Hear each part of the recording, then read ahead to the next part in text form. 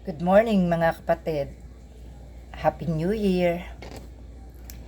Nairaos na natin ang paghahati ng taon. At ngayon, January 1st. Sana lahat kayo nag-enjoy at sana lahat i-welcome natin ang 2026 ng mapayapa, masaya at masagana. Kahit man po ako, magaan ang pakiramdam ko ngayon 2026. Hindi ako ganong pagod at sa awa ng Diyos, may mga biyaya naman. Maraming salamat sa Diyos.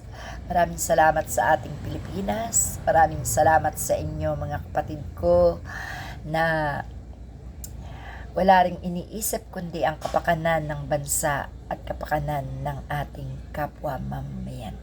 Salamat po. Ako po ay magbablog lang ng konti regarding dito sa usapan ni Senator Ping Lacson at President Bongbong Marcos. Naniniwala ako na talagang matagal na at talagang palasak na ang nakawan sa gobyerno. Talamak na talaga ang nakawan. So, isang pagkakamali ng mga Duterte na si President Bongbong Marcos ang kinuhang katandem ni Sara Duterte. Alam niyo po kung bakit. Di po ba ay si President Bongbong Marcos ay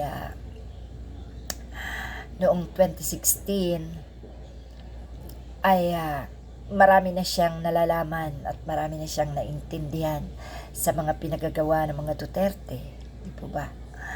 So, ang pagkakamali ng mga Duterte is niisip nila na katulad ng mindset nila ang isip ni President Bongbong Marcos. Sorry na lang sila dahil hindi nila nagamit si President Bongbong Marcos sa kanilang mga katarantaduhan. Hindi nila nagamit si President Bongbong Marcos para pagtakpan ang mga nakawan na ginawa ng mga nakaupo noong mula 2016 hanggang ngayon. Ang masakit nga lang, pati si President Bongbong Marcos ay nadadamay na, bagamat siya ang nagbulgar sa lahat ng nakawang nangyayaring ito. Alam niyo po mga kapatid, ganyan po ang mga taong may pinagtatakpan sa kanilang mga katarantaduhan. Kukunin nila ang mas maraming nakakaalam para isipin na sila ay pagtatakpan pa rin. Iba ang naging pananaw ni President Bongbong Marcos. Ibinulgar niya ang lahat ng nakawan sa flood control project sapagkat yan ay noong 2016 pa. Talagang marami siyang naiintindihan at nalalaman. Salamat naman at siya ang napaupo na rin na maging presidente sapagkat hindi natin malilimutan ang taong 2025. Marami ang ating dapat pasalamatan sa 2025. Unang-una, nadampot sina Kibuloy, sina Alice Guo, nawala ang Pogo. Nadampot si matandang Rodrigo Duterte na isang berdugo. Nabulgar ang mga paglulustay ni Sara Duterte ng budget ng pondo ng bayan.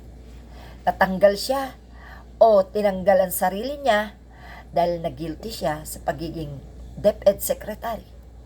Nabisto ang mga kabulukan ni Paulo Duterte, lalo na sa mga pinagagawa niya sa Davao.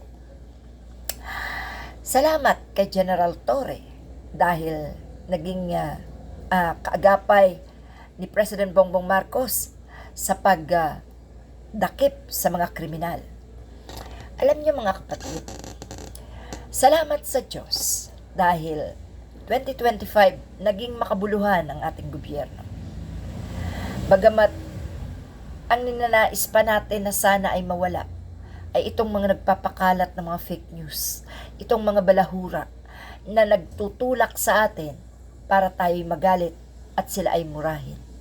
Alam niyo mga kapatid, hindi pala mura si Aling Marie. Mataas lang talaga siya magsalita, malakas ang boses. Pero hindi siya palamura.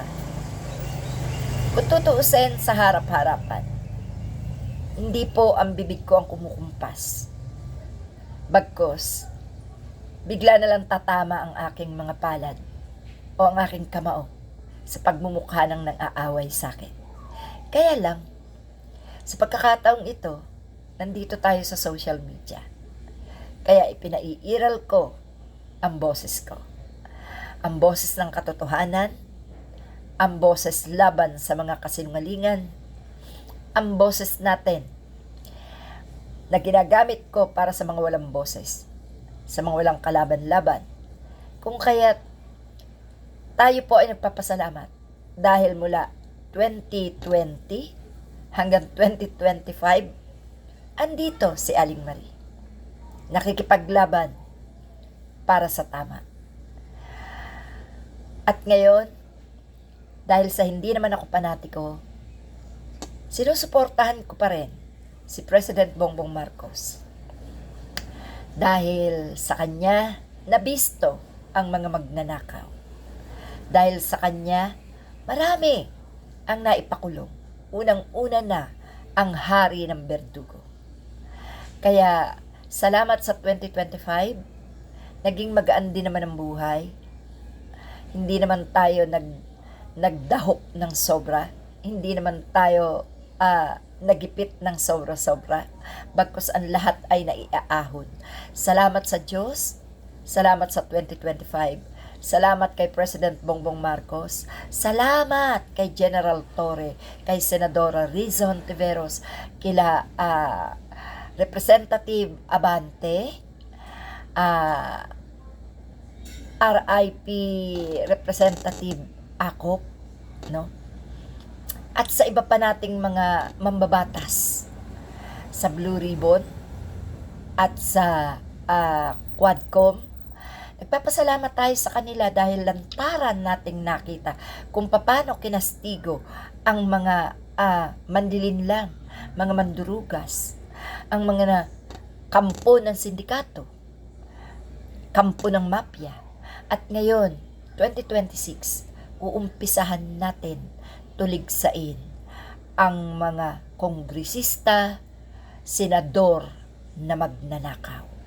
Yan po mga kapatid, dyan na lang po muna focus si Aling Marie sa mga magnanakaw na yan, sa mga kriminalidad na wala pang nare-resolba, gaya ng mga nawawalang sabungero, gaya ng mga pagpatay sa mga dapat ay mag-witness sa lahat ng kalokohan ng mga manlulokong ito. Yan po.